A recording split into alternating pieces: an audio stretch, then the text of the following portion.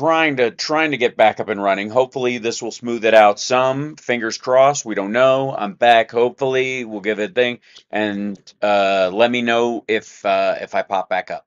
That's always the tough part because if I check, it takes a lot of the yeah it takes a lot of computing power for me to see that something's actually happening. So back. Hello, are we here? Let me know if you can see me. I'm live streaming in Jackpot, Nevada, and we'll give it a try. There's an echo, really? Oh, God. We're back. All right. It always takes a moment. Third time's a charm, perhaps. We'll see. Hi. All's well, by the way. We will be good. Yes, we're good. Excellent. I checked in with the deep state today. I should have, pure satellite feed at this point. If at first you don't succeed, try everyone's patience. That's what I do. Twitch is good, no echo, excellent. This might be it, so much better. Cool. My video quality might be ass, but it doesn't matter as long as you can hear me and you can generally relate to what the ever-loving shit I'm saying. Hello, Scotland, New Zealand. Hello. Um, hello to the deep state, everyone in the shit seats, and hope you guys had a great Fourth. We had a lot of canoeing and some fishing. We had some grilling. We had some local fireworks. We had some uh, near local, which is basically like the community fireworks, which were almost invisible because of the amount of smoke they put off. Good times. And yes, congrats to our friends in the UK for their election. So much better, so much better, so much better than what they had. So hello. It was lovely. It was all good family stuff, and yeah, there we go. Any canoodling? No, unfortunately, just canoeing. Carl, thank you very much. But yeah, I boosted it to 720 and then cut my frame rate, and hopefully that will smooth it out a little bit. Hi, hello, good to see you, and God willing, tomorrow I'll be able to find a setting that's somehow um, reasonable. Yeah, Boston was and again, folks, I gotta say, folks, if you're gonna do illegal fireworks and that kind of shit, just stop at like 9 o'clock. Don't be an asshole. Children are trying to sleep. Pets are having an issue. There frigging vets around you that are having flashbacks. Knock it the fuck off. So that said, hi, welcome, good to see you. Now, before I get into any of the let's see, is it this story? I don't know. It's not that one. Hold on. Um, before I get into, yeah, give me 1 second. Before I get too far into the other stories, there it is. I have to bring this up. Because the real story, if I may, chat room, bless your heart. There you are, back in here. Hello. Yes, Biden's running. Don't worry about it. Again, I told you there would be a spike in these stories for like a week, and then Donald Trump would find some way to screw the pooch, and he has. Not only has there been a big Epstein document dump that no matter what the maggots and the generalized news want to, no matter how much they want to downplay it, it's going to continue to become a bigger and bigger story over the course of the summer. But also, may I bring up this little chestnut right here? Let's jump right in. See if this sounds reasonably Right, so good. here we go. So it's coming in a little bit stronger than expected, not by much. We came in at 206,000. Can you guys hear the clip? Yeah? That seemed a little low. Hold on 1 second. Did you hear that business? One more time. This is the June jobs Right, so here report. we go. So it's coming in a little bit stronger than expected, not by much. We came in at 206,000 on the non-farm number. The street was looking for 190,000. The street was looking for 190,000. It's 206.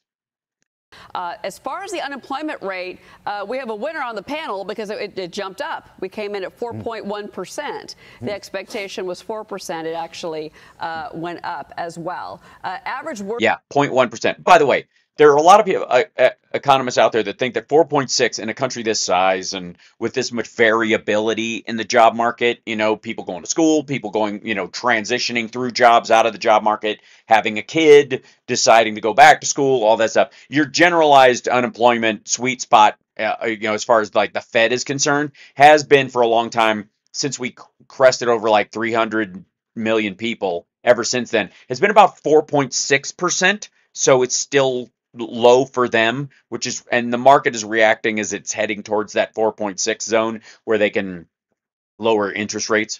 Week that stayed at 34.3 hours, and that was the expectation. Government jobs, 70,000 on the government job side, 70,000. We saw that number that was strong last month.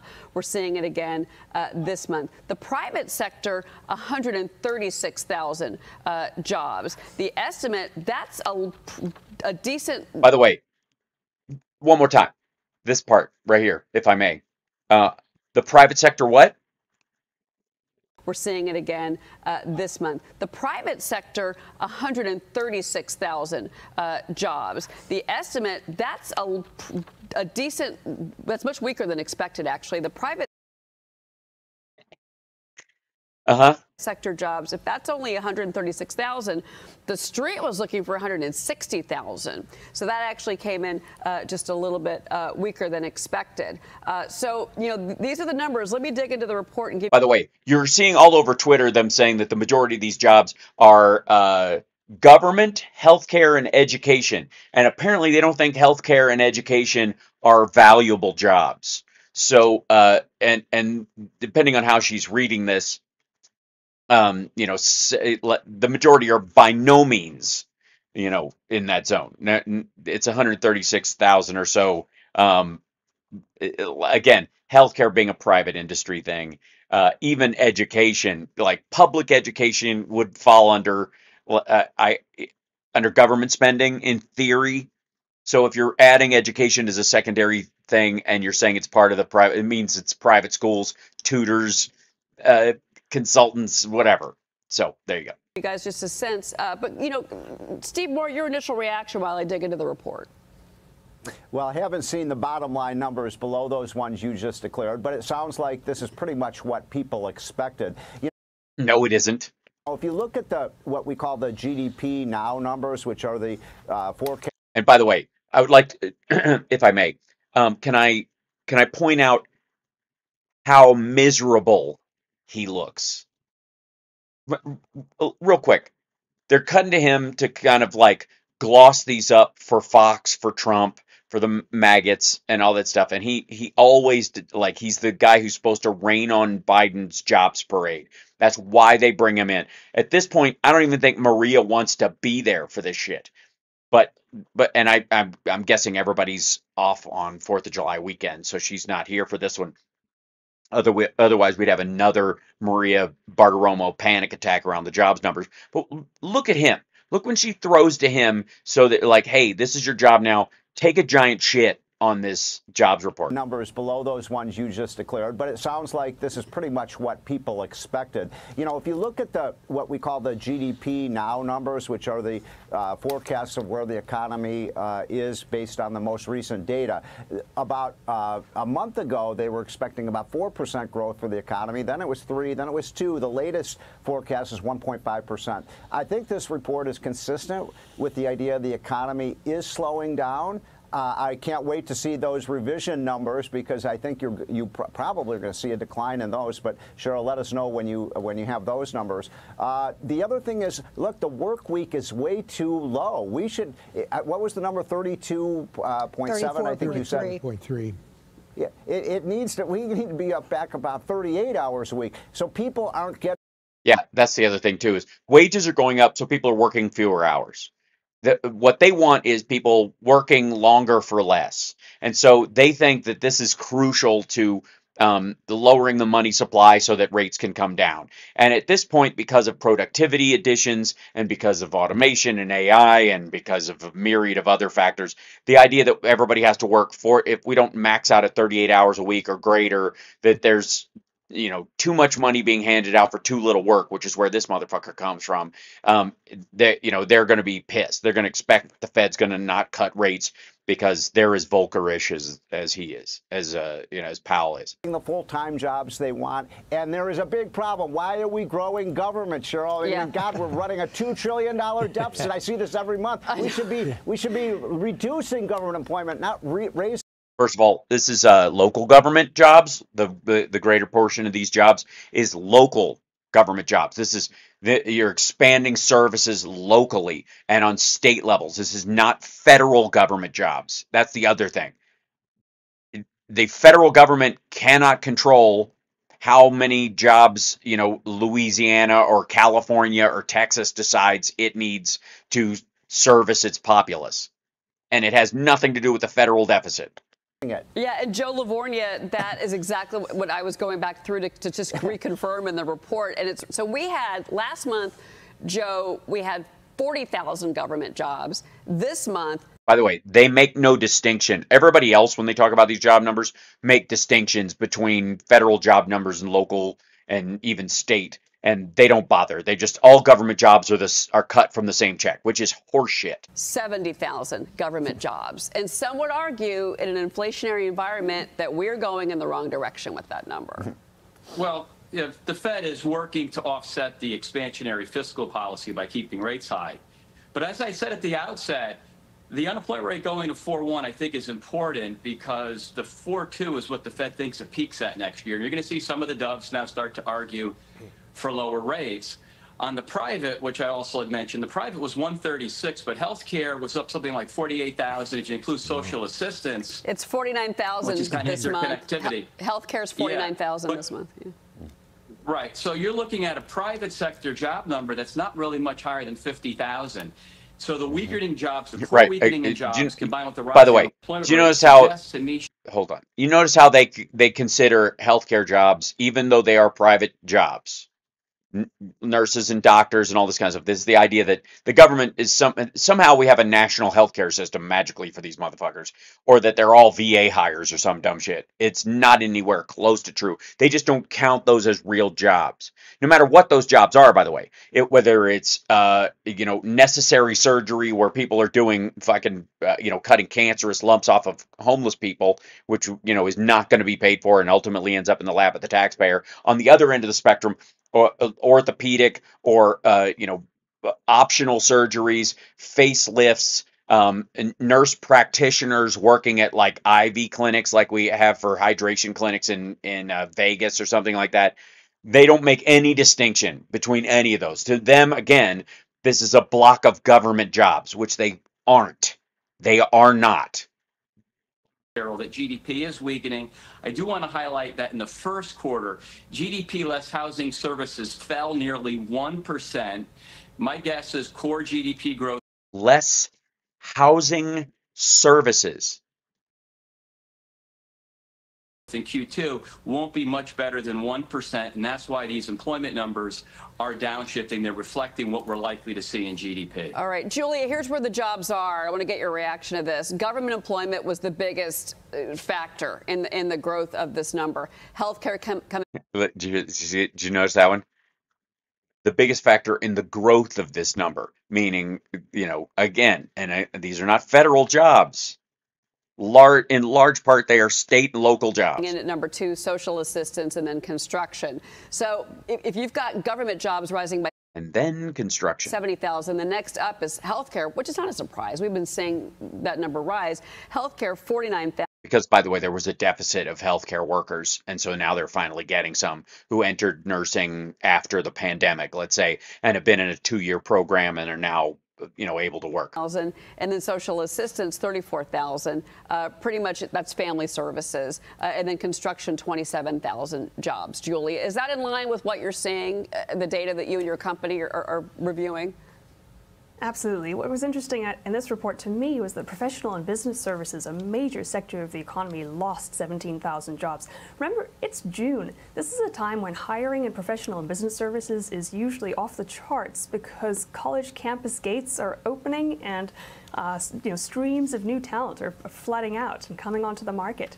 I think the reason we're seeing such weak sentiment data is that many of those new grads are finding a very, very tough market in which companies are being cautious and holding back. And this number, the decline there and on the white-collar side of the market highlights that.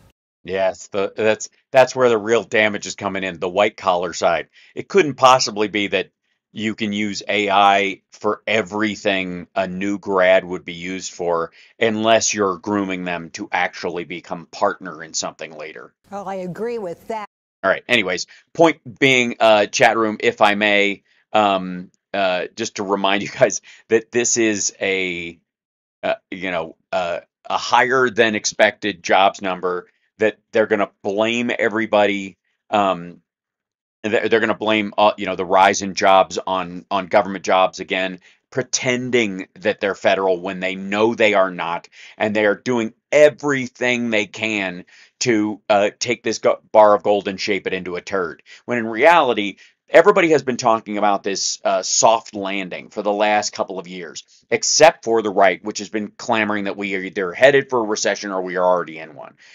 In this, again, I I have been telling you guys this for what, 2 years now, that the Fed might be overly cautious, but it is definitely not leading towards a tanking economy all of a sudden or something going off a cliff. It just isn't.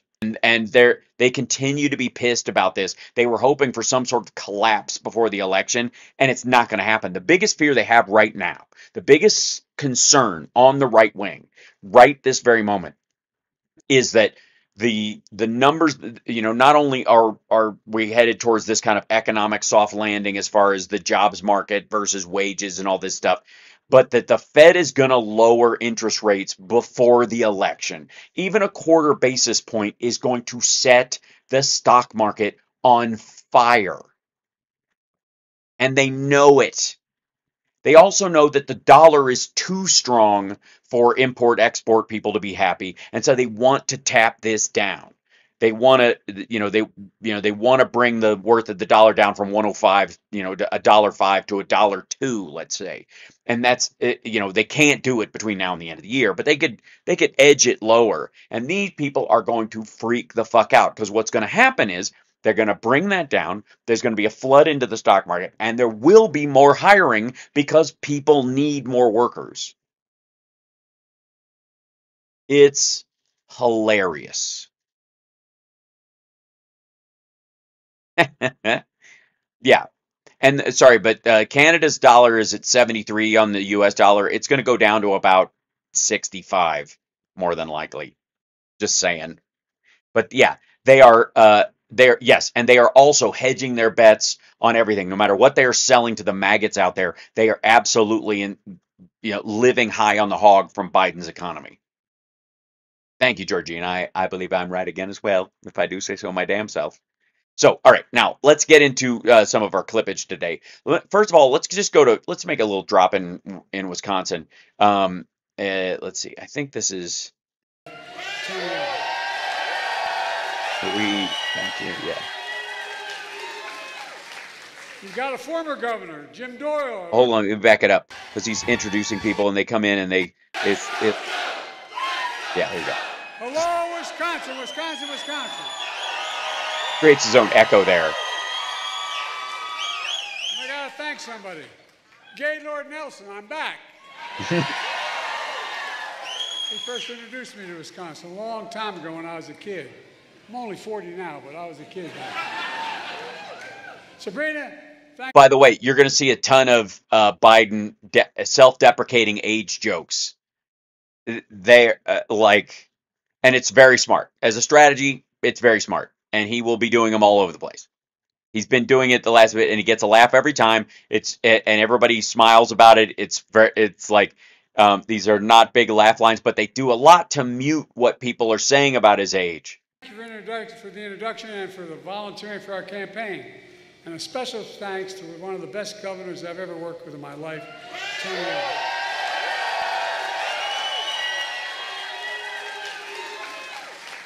You've got a former governor, Jim Doyle, Madison Rose, mayor of this city. And look, we got a guy who has a tough time winning an election. He only gets 70% of the vote, Congressman Mark Pocan. And so many local leaders are there, including the chair of the Wisconsin Democratic Party, Ben Wickler. Ben,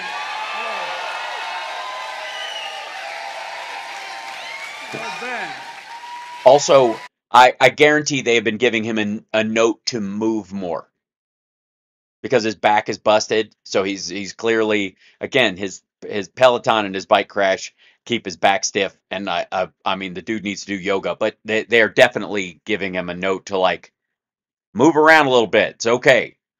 You don't have to, don't become Al Gore, because that's one of the fears, is that everybody's looking. So everything you do there, if you're moving slow, they'll say something. Moving quick, they'll say something. So there's a tendency to freeze, and you can clearly tell that they've just gone. Feel free to, move around a bit. Even if your back looks stiff, people recognize that versus just standing still.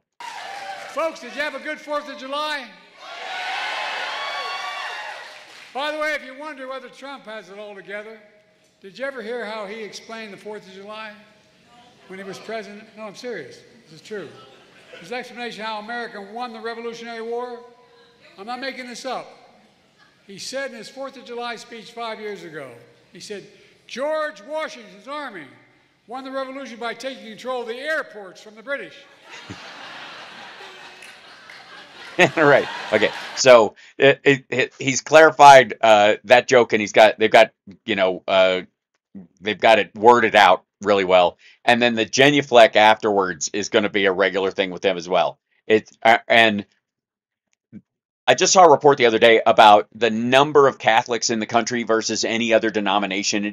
And Catholics are the single largest denomination of Christians in the country, even surpassing evangelicals, because evangelicals have these pockets around these mega churches, but as far as ubiquity across the country, is a huge number of Catholics, and they're fucking everywhere. And they're certainly up in the like the Midwest, northern part of the Midwest, the central north, I don't know what the fuck we'll call it, but there's tons of them there. Minnesota, Wisconsin, northern Illinois, there's like all throughout that area.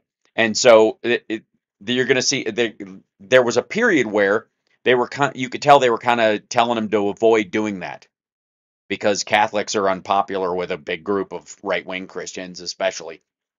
And they've just laid off it and just said, do what you're going to do. They've stopped adding this kind of like unnecessary politically correct pressure on top of him. We talk about me misspeaking. Airports and the British in 1776. It's true, he is a stable genius, this man. All right, so a little bit. That's a little bit of it. That's just the opening of his Wisconsin thing. Now, meanwhile, if I may, what are the right talking about? Now, like a lot of you, I have no idea, because it's largely gibberish. But let me show you this. So this came up today, and this has been making its way all around the socials and the medias everywhere. Let me see if I can shrink this down a little bit so you guys can see it a little bit better. And there we go. It's yeah. This is Trump disavowing Project 2025.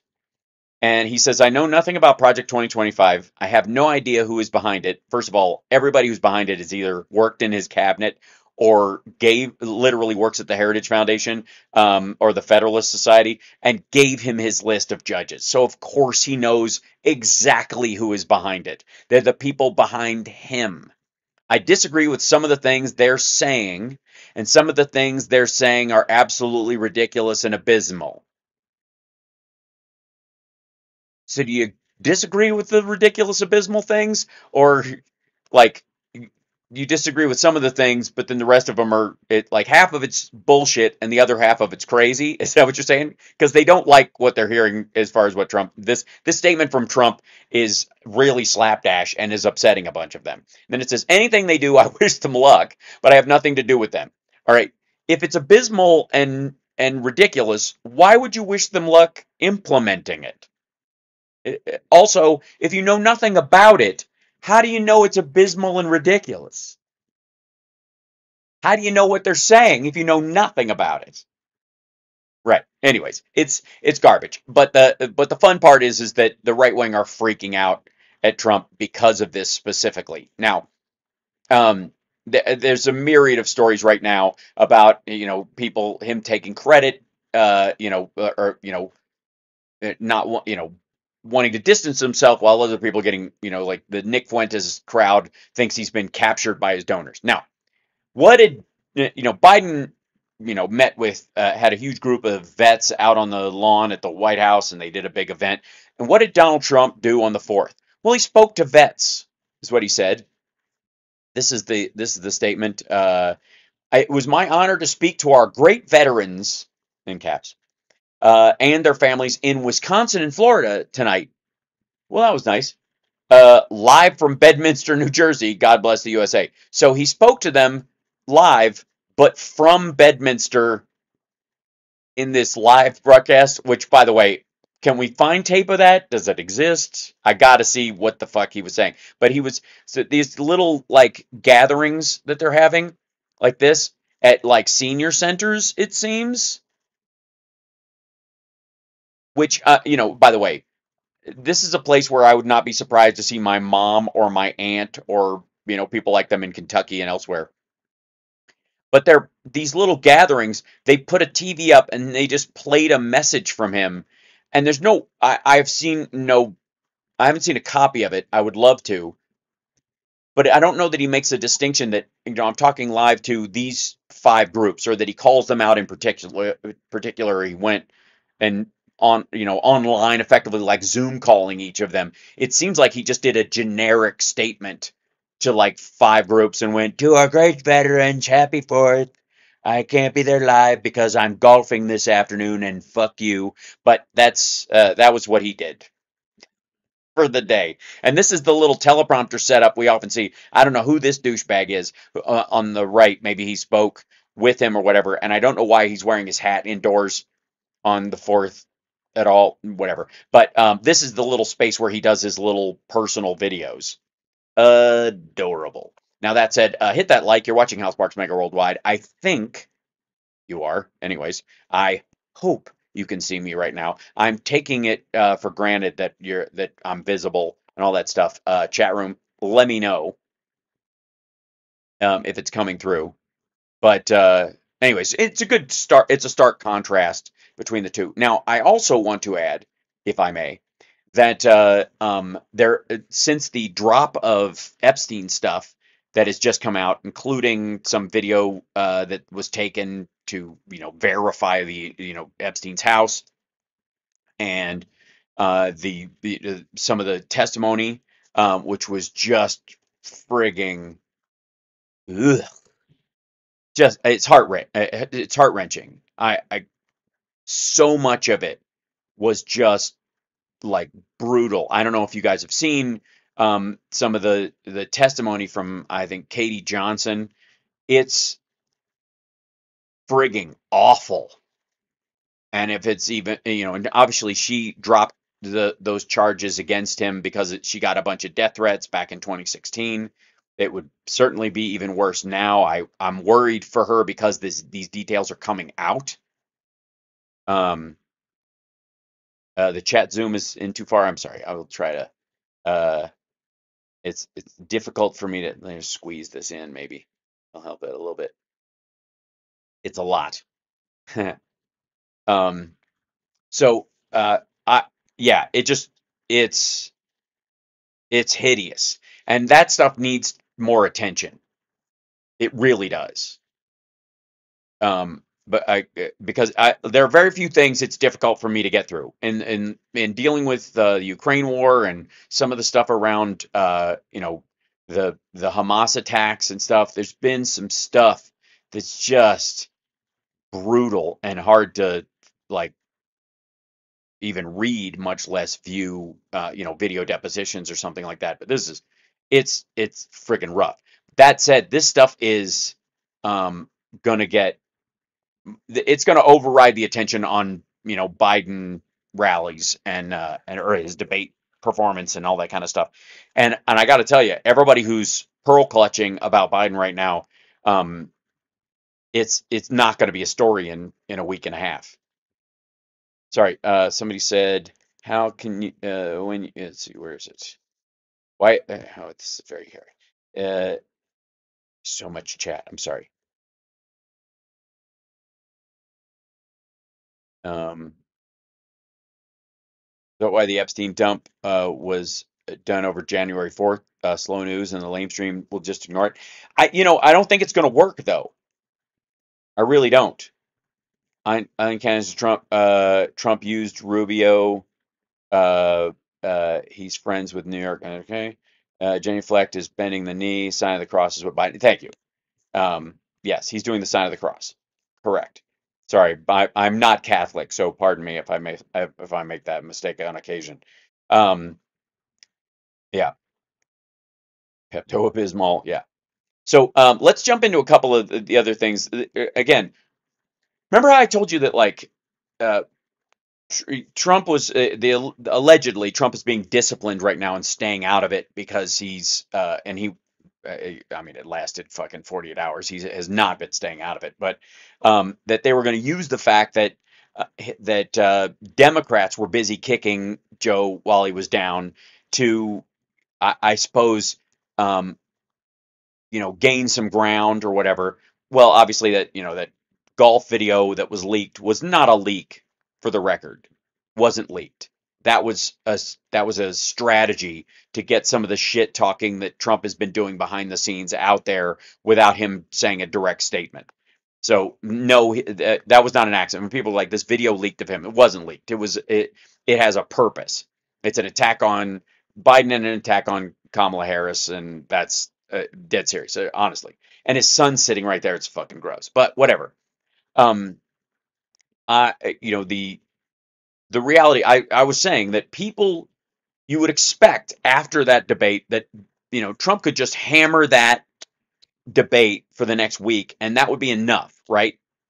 And the right wouldn't have to talk about anything else. Biden's old and he's doddering and he fumbled and that was that. And yet, what are they talking about? First of all, most of them aren't talking about how bad Biden's debate performance was because it draws attention to the fact that Trump was a liar the entire time. Most of them are just are paying attention to the Dems attacking Biden, right? But what else are they talking about, right? This should be enough. It ain't. So let me show you a couple of things. One is this is it. Um, this is from like Bannon Sons Bannon's show while he's in jail. This guy EJ Antoni, who's from the Heritage Foundation. They're the ones setting up his economic plan that's part of the 2025 thing. And what are they having to answer to? Who are they talking to? Why wouldn't they just be hopping on going, it doesn't matter. Biden's going to be dead or out of the race and we'll worry about whoever else is coming in. We don't even have to fight now. We just have to just push what we're doing and that'll be that. Well, check out this label on. Let's see if I can. I don't know why the title doesn't want to come up, but it's Antoni. Economic hysteria over future Trump presidency completely unfounded. That's the label on this one. Okay, here we go.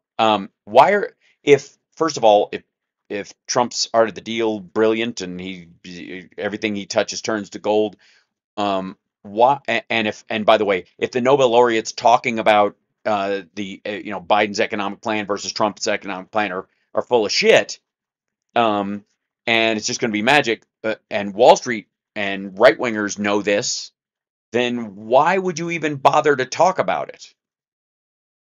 Why is it the topic? You wouldn't have to come in and go attack those people. You'd have to come in and go, this is why it's going to work. Does that make sense? Okay, let's see what he says. Oh, and there's ads on this stuff. Watch what protein shakes about do people. to your body.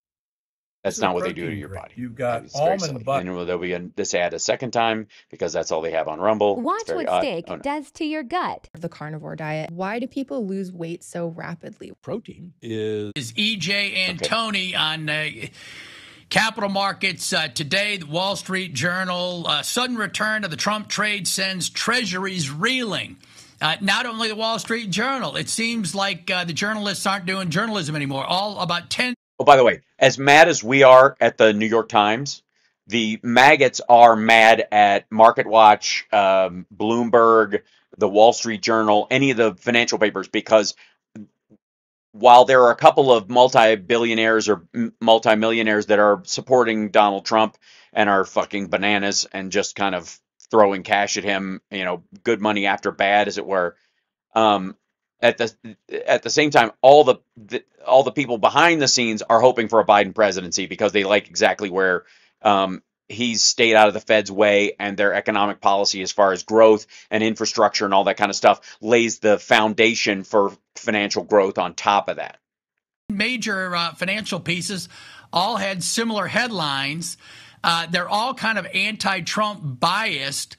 Yeah, they're biased. Why would that bias be? Where would that bias come from? At the Wall Street Journal, Rupert Murdoch's paper, by the way. I'm fairly certain because they saw his first presidency and they knew, aside from the tax cut that they got, everything else, which by the way was Mitch McConnell's tax cut, everything else he proposed, including negative interest rates, was fucking insane and a recipe for total financial collapse. And they're putting things in technical terms that the average reader can't understand. That's why we brought in EJ and Tony, the Heritage Foundation, the great economist of the War Room. And so, EJ, can you first of all just explain? By the way, does everybody on this friggin' network have like founding fathers cosplay paintings in the background? Is that just how they work? I'm sorry, I gotta put this over here. Play, you silly thing. Hold on. The thesis of what the Wall Street Journal is saying about what's going to happen to the bond markets. If President Trump gets in, they accused him of causing, more debt and more inflation. He's personally responsible. His presidency is responsible, including his tax cut. First of all, more debt than any president in U.S. history without COVID, and he's responsible for a solid third of the national debt. And I think you and I probably have a different view of what the Trump presidency will bring in terms of economics. EJ and Tony, fire away. Well, Dave, let's not forget. Actually, you're going to have about a few seconds here, but let me just hold you over the break, EJ. These guys are as good with broadcasting as they are with economics. I didn't realize we have a hard break coming up, and I talked right into it, and now I've got to cut you off, even though I just handed it to you before we get. That's that kind of understanding of numbers. If you can fuck up a clock. But tell us right now, how do people reach you so they can read you on this stuff ahead of time? Sure. Best place to find me is going to be on X. The handle there is @RealEJ As opposed to all those fake EJ Antonis. Good. Well, we're back with EJ Antoni, who's been a champion in the War Room on all things capital markets. And so hang with us over the break. House, this has been a power-packed hour with geopolitics. Stephen K. Bannon is usually. Yeah, the show is just. By the way, they don't need Steve. The show is magic. It's like a well-oiled machine filled with sand. Usually here to connect all of the dots, but we appreciate the War Room and the willingness to spread this platform to everyone. Rosemary was great on the immigration piece, and then a whirlwind tour. I hope you share that with all the young people out there. They need to know about the world they live in. Dave Walsh on energy, and now EJ and Tony.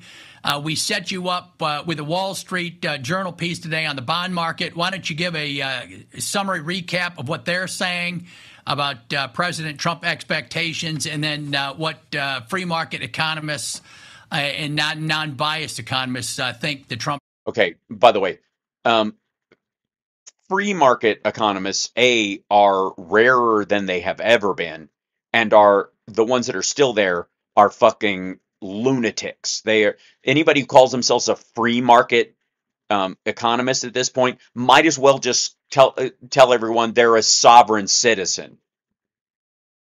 Like it is. When you talk about like voodoo, something DOO economics, voodoo economics, that's free markets. Nobody believes in free markets. There's a lot of fair market people out there, or there's a lot of balanced market people. But the idea that there's some even, I mean, you might as well call yourself a Wild West economist.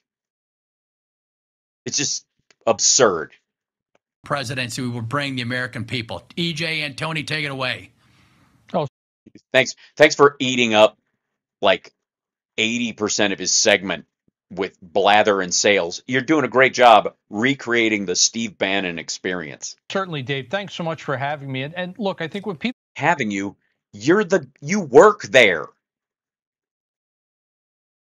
He's the war room economist. All right, fine. need to understand is the same folks who are telling you what a disaster another Trump presidency will be are the exact same ones who told you back in 2016 that the first Trump presidency was going to be a total disaster.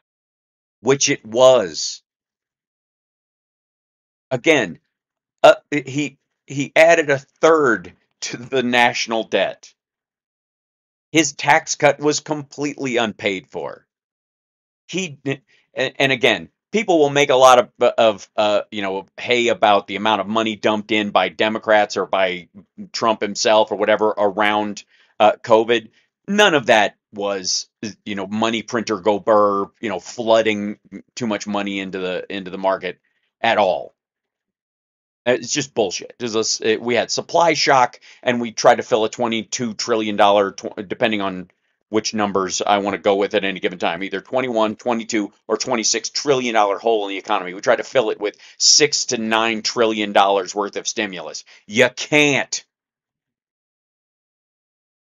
And never mind the anti-slavery tax we're all paying because we're going to pay $1 more for an H&M shirt because we're not using Xinjiang cotton anymore. They said his tariffs were going to bring on inflation. They didn't. They helped. We had to bail out the farmers to the tune of $40 billion. Onshore manufacturing. They told there was no onshoring of manufacturing during Trump.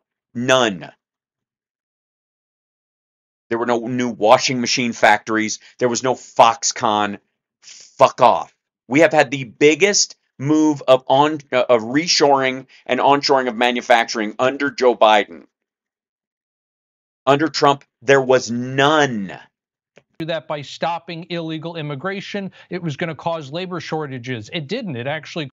We have 1 million unfilled jobs in this country, largely jobs that would go to immigrants. Not illegal immigrants, unless you're counting of course, jobs at Mar-a-Lago and Bedminster. Caused wages for American workers to increase and increase much faster than prices. Exactly the opposite of what we've seen under Biden. And we had. No, real quick. Not at all. Give me 1 second. Let's see. Where's this guy? Is it in?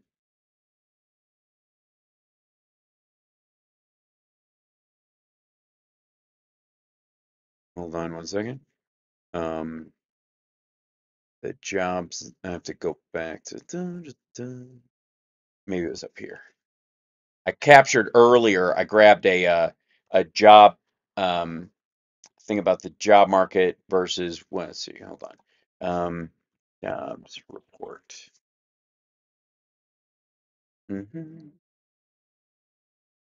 Yeah. So here I'll show you real quick.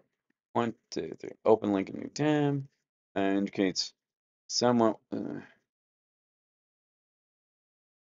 Oh God, this is so funny.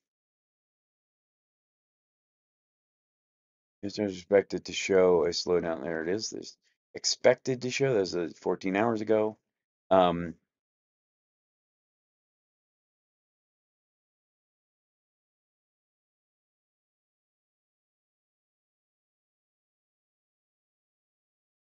May 1. Hold on one second. There we go. So real quick, kids, super fun. Um, out. And I'll drag this over here. There we go. So a couple of things. One is wages and inflation. Wages are outpacing inflation again. Let me show you this right here. When U.S. jobs report shows a steady slowdown in the labor market, which everybody said was overheated, and so that's what we're seeing. That's how everybody's talking about it. That isn't insane. Um, Wall Street was hoping for a Goldilocks number for June, which would show a slow and steady decline in monthly job gains that equates with a slowing economy. Markets showed little reaction to the jobs data, though the S&P later hit an intraday high. A dramatic increase in jobs could have pushed the Federal Reserve to hold off on cutting rates, keeping lending costs high, and it didn't. It threaded the needle. On the other hand, dramatic decrease could have indicated. Look at this fucking wording on this. Oh my God. A dramatic increase in jobs could have on the other hand, a dramatic decrease could have. What happened? They threaded the goddamn needle. This is what stable, sane leadership looks like. Markets mostly unchanged in the trading in the afternoon because there is no shock to it. Okay, next up. U.S. job growth slowed in June. Latest employment data shows. Okay, what we've covered here. Bureau of Labor Statistics, expectations for 190,000 with unemployment holding at 4.1. The jobs were higher, and then unemployment went higher as well. While many Americans are struggling to manage elevated inflation, along with interest rates at a 23-year high, Federal Reserve, by the way, they were at if you'll notice, were at a 60-year high a couple of years ago. Now they're coming down. That's what this is. You're going to see a 12-year high, a 5-year high, right? A maintained number. We're worried about deflation next, right? This hasn't happened yet. The previous month's jobs reports showed the U.S. economy added a whopping 272 in May, far above estimates. Wall Street is again hoping for a Goldilocks number, and this is the coulds and coulds again. U.S. stocks unchanged heavy again. Okay, and the other one was, here you go. June's job report indicates something we haven't seen in a while. Look at this article. Look at this fucking title. This is on a site called Marketplace. It's just this, ladies and gentlemen, let me tell you something. If Biden's going to run on anything this year, one of the things he could, honestly, one of the things Biden could run on is normalcy. And if he just points to this, like, we're getting back to normal after a horrible pandemic and a terrible presidency of Donald Trump.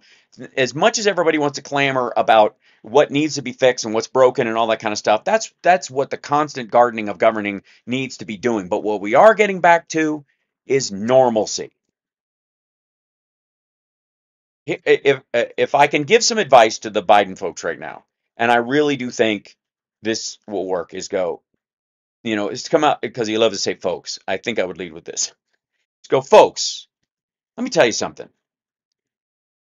The American people, you, have been through a lot in the last couple of decades. From 9/11 and the extended wars afterwards, to the 2008 crash, to the pandemic, and along that way, on a personal level, all of you have faced personal challenges as well that are normal to your lives. What you deserve and what the American people deserve is competent, sane leadership that normalizes your experience. You don't have to white knuckle your government and worry about some frenetic psychopath changing the course of the economy or the direction of the government on a whim at night. Trump is an agent of chaos. Biden is an agent of normalcy. If you want weird in your life, that should be on you. If you want chaos in your life on a personal level, knock yourself the fuck out. But it shouldn't come from your government. I gotta say, as a sales pitch, that works for a lot more people than people believe. There are definitely key issues that people will push a constituency for, but there is a huge number of either base and the entire center that just wants to be in charge of, I want to be in charge of my own chaos. I want to be in charge of my own oddity and weirdness and, unpredictable aspects of life. I will handle that. You guys do the predictable shit. I don't need the foundation to shake all the time.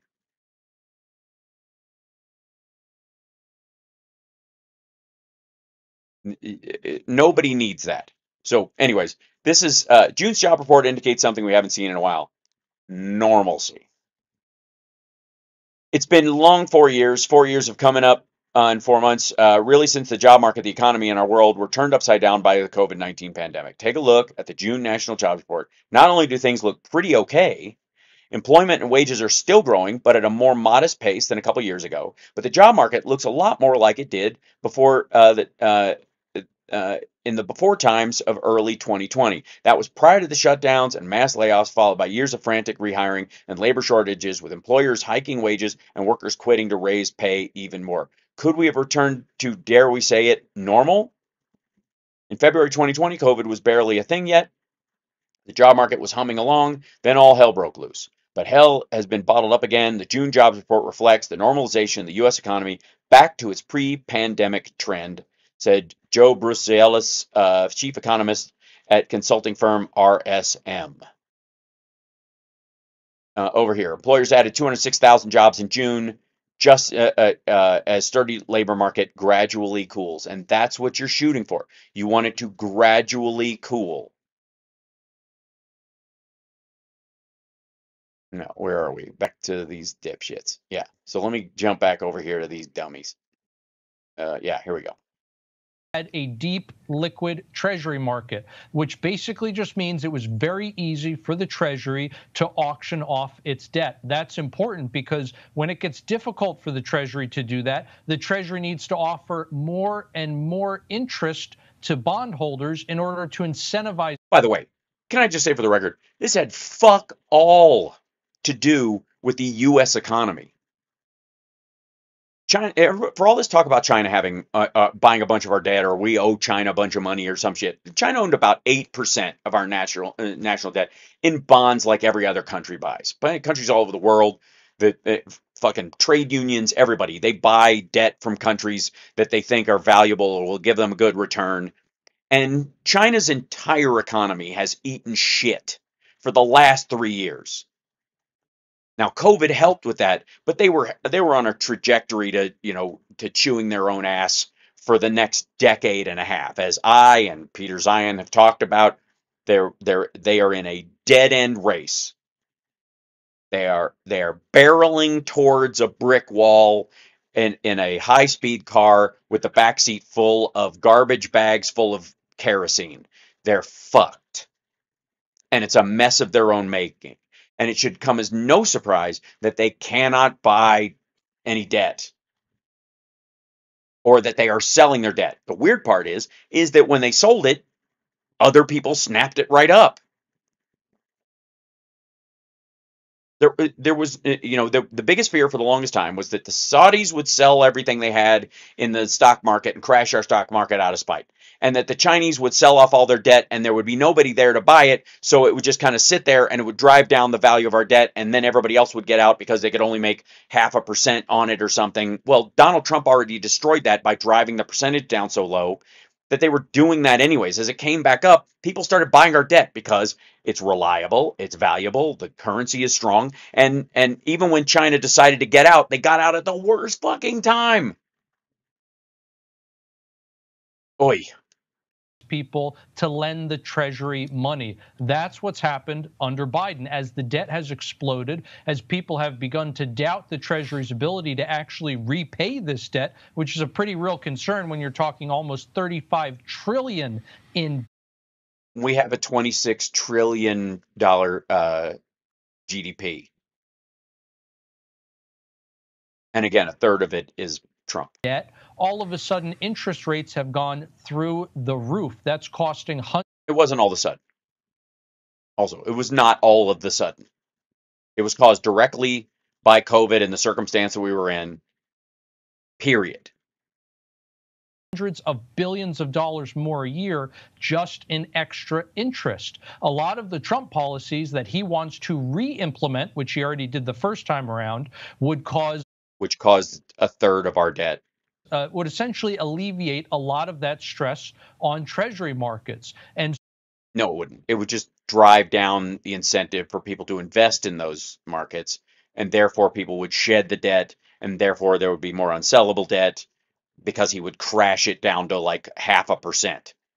So many of the indicators that these so-called prognosticators are pointing to today as a sign that Trump is going to bring all kinds of devastation upon the United States are actually just signs that the current administration is bringing that kind of financial Armageddon today. It's not a sign of things to come so much as a sign of what's actually going on today. It's no coincidence that Treasury yields, for example, are going up only a couple of days after that same Treasury had to borrow $100 billion in a single day. I mean, it seems pretty easy to connect. Okay, again, because they can.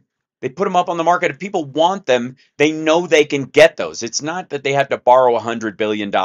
It's that if they put these treasuries up, there is a market for them. They follow the market too. This is okay. Let me explain who this asshole is and who the people at the War Room are and their economics. Joe Biden, as I've shown before, is one of the greatest oil traders in the world, in the history of Earth, because he not only kept oil prices steady while Russia went offline and there was a huge turmoil in the Middle East, two things that would have in previous generations wrecked the oil market for everybody, driving gas prices, not only just driving gas prices through the roof to $8-10 for the normal person, but also just make it unavailable. It wasn't that gas prices were expensive. There was just none to be had. Think back to the late 70s, for example, when the Iranians and the Saudis and OPEC was manipulating the market specifically for that reason. Okay. Biden sold out of the strategic reserve when the price was high, and then when the price dropped to anywhere near 70, I think initially they were below 70, but now they're doing it at 72, I think is the max. Anytime it gets near there, they buy a bunch of it back. So they've been refilling it, and they've made billions of dollars doing this. That kind of shit should be relatively normal. It is a stored amount that is owned by the American people. You can make money off of that stuff in normal times. And if you want to set a basis by which it legally can't go below in the Congress, then fucking well do it. But there is none. And so Biden drew down a bunch of it to keep them from being able to screw us. And then when the price followed and went back down, he bought it back. And he's going to continue to, because next year there's going to be a huge oil glut. Everybody's talking about it. Even this asshole, I guarantee you, has had 16 conversations over the last 3 months about how there's going to be a fucking oil glut next year because there's too much production and China's winding down and nobody needs Russia's oil anymore. And fucking like Nigeria and other countries have started to get some of their stuff back on market and we're producing more than ever. Good Lord. It's just idiocy. Connect the dots here as long as you can just take off your biased political lenses, I suppose. Which is literally impossible for anybody who works in a place called War Room. Yeah, and EJ, a couple minutes to go, about a minute or two, and tell folks, I mean, just in the basic, simplest terms. Yeah, in deference to the viewers of the War Room who are, obviously in the opinion of these two gentlemen, fucking dumbasses. If people expect President Trump to return a roaring economy. If the economy was any more roaring, the interest rates would never come down. Let me be abundantly clear about this. The hardest job for economists right now and for the Fed is to slow the economy, which was way overheated because, by the way, a lot of people who used to fill a lot of jobs are fucking dead and had to be replaced. And so, you had to pay too much to get people in those jobs again. And you were starting to have, there was all this push for a living wage and all that kind of stuff. It was driving those costs up. That was a big part of it. But what these assholes want Donald Trump to come in is just basically, you know, we had a situation where we were barreling towards a wall, like China is. And granted, it's our economy is such that we could go through the wall and still survive, like a demolition derby, kind of like we did in 2008. But it's never good, and it costs a lot of people their lives and livelihoods. And so the goal was slow the car down and make sure you avoid the wall by, slowly correcting the wheel so you don't just jerk to the side and roll the fucking thing. What Trump wants to do is hit the gas and yank the wheel. He's basically the economic equivalent of renting a car, getting it up to 120 miles an hour on the freeway, and then yanking the parking brake. Does it make common sense to you that they're going to take money out of low-paying bond interest rates and put them into real investment in the real economy again? Thank God. So give us your commentary on that for a minute or so, EJ. David, this is such a great point. Part of the reason why long-term treasuries are seeing interest rates rise is because when you loan the treasury money for 10 years, it's tied up for 10 years, a whole decade. And so if you expect that President Trump is going to come back into the White House and that he is going to restore very fast economic growth, do you really want your money sitting there at 2? Okay, so basically what he's telling you is the bond market is betting on long-term growth and Trump not becoming president again. That's where this panic is coming from. This is glorious. What an absolute pile of horseshit. Or 3 or 4% when it could sit in the stock market and get 5, 6, 7, 8% annual returns. Right. And so if the Treasury is, again, going to incentivize people to lend it money, it's going to have to offer higher and higher yields to be competitive with that robust Trump economy. Yeah, that's they're counting on.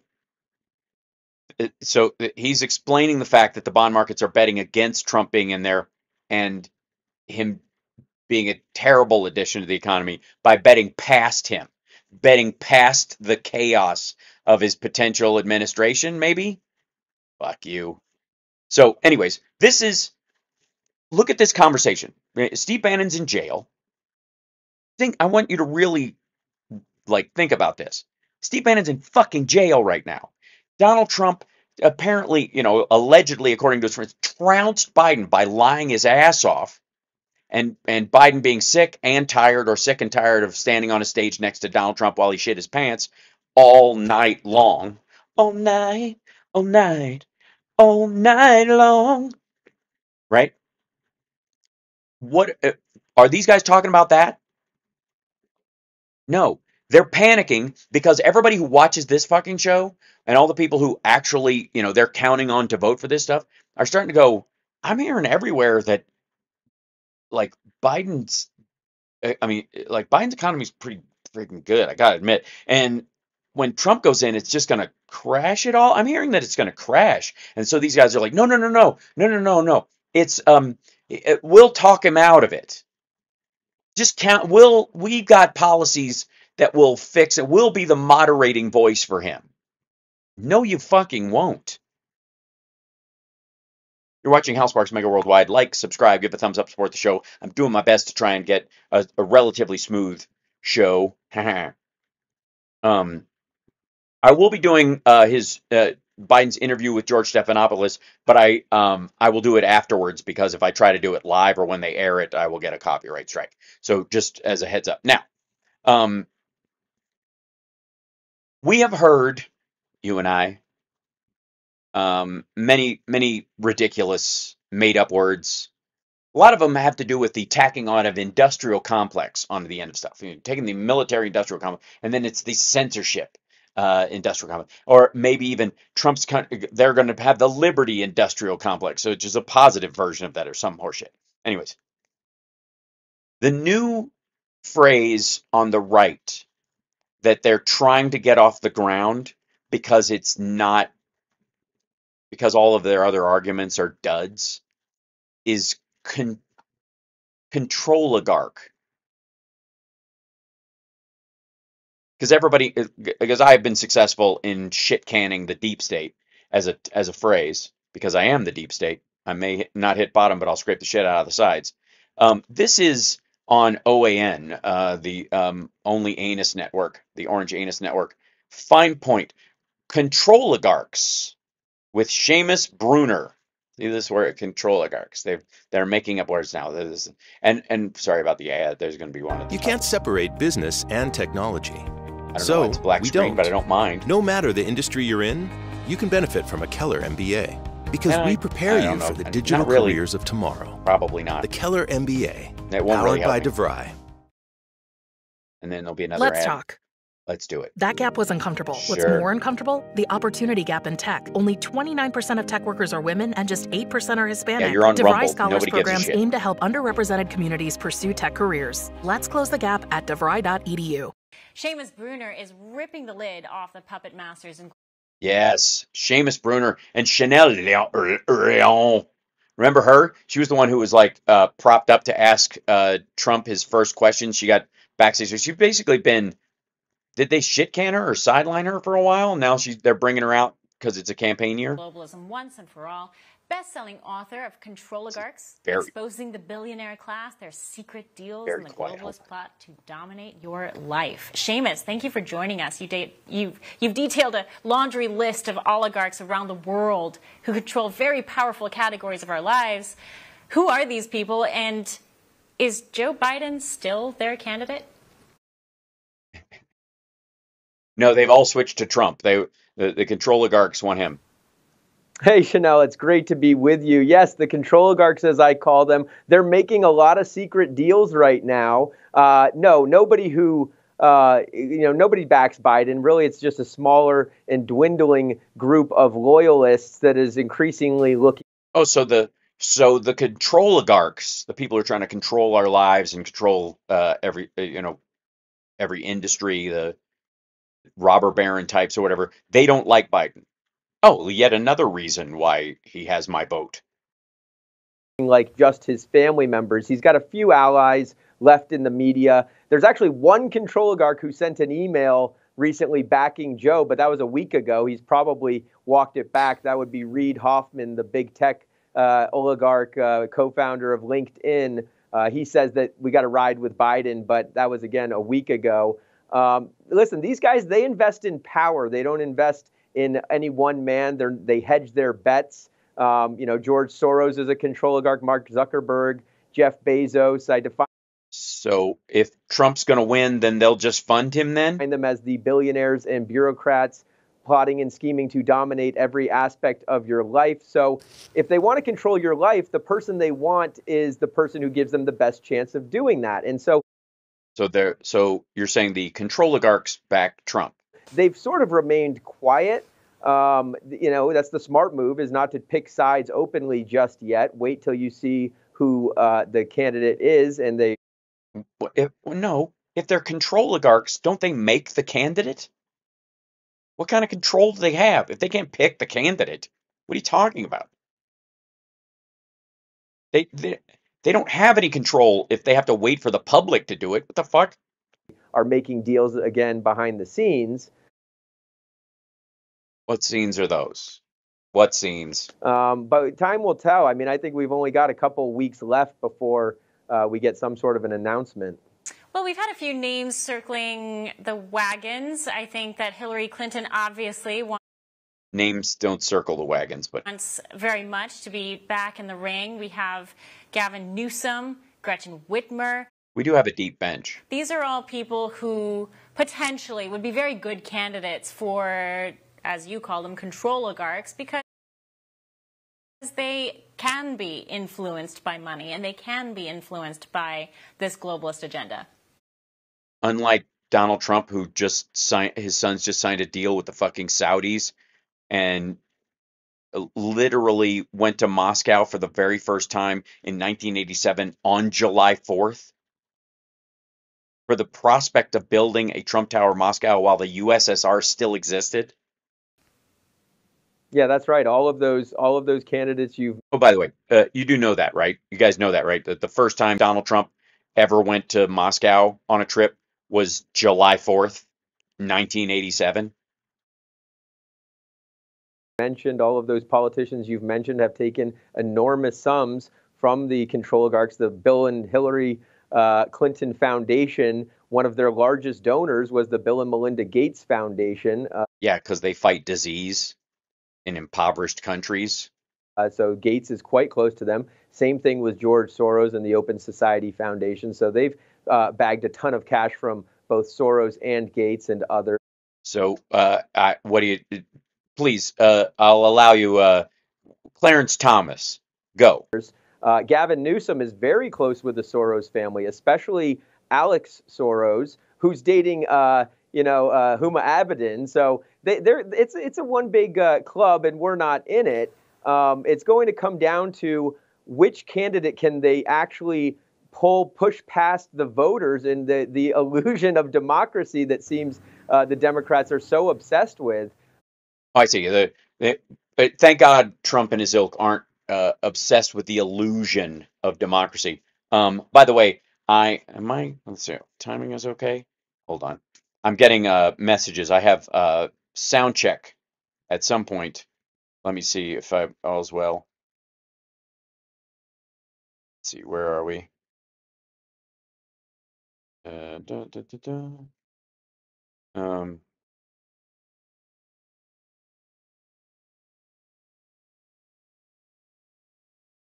let's see. You guys here, pardon me guys for one moment.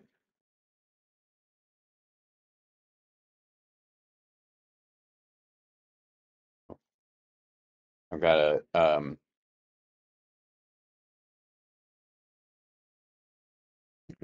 pardon me. I do have a sound check at some point, and I should probably rest my voice before the show tonight. But I wanted to make sure that I got it in some of this show beforehand. Hit the like, give a thumbs up, support the show. Thank you, Carol Cobb, by the way, and thanks Pamela and Christine and Carol Ann. They talk about our democracy all the time, but it's really people like George Soros, people like Bill Gates and Mark Zuckerberg with his Zuckerbucks. Fuck you. They just can't do it. They just cannot, like, bring him up without like a Jewish blood libel or an anti-Jewish slur. Choosing who their candidates are going to be. I mean, I don't know how the Democrats can talk about our democracy and then put forward a candidate that nobody voted on. For all our viewers asking where One American... That's that. Oh, hold on one second. The talk amongst yourselves. Hello, Jeffrey Page. I'm good. No. But I mean, I drove from the airport, but I did not drive up from Twin Falls. No. Yeah.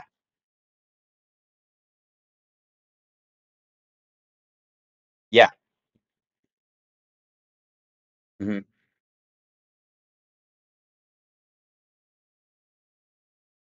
Uh-huh.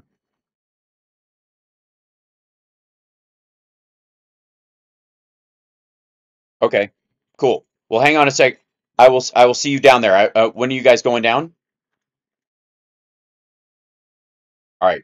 I'll be down there in a minute. Okay. All right, bye. And hold on one second. Hi. I'm live streaming, so I got what, are you okay? I'll call you right back. Yep. I'll call you right back. Okay. Love you. And thank you guys. I have to run off to sound check, and apparently I have a fire to put out. So I will see. Yes, you are eavesdropping. And I will see you guys tomorrow for the radio show. All should be well. Hopefully, I'm gonna tinker a little bit tonight after the show to make sure it runs well. But this seems to be relatively smooth, even if the quality of the camera isn't that great. So wish me luck, and I'll see you guys in the morning. Night.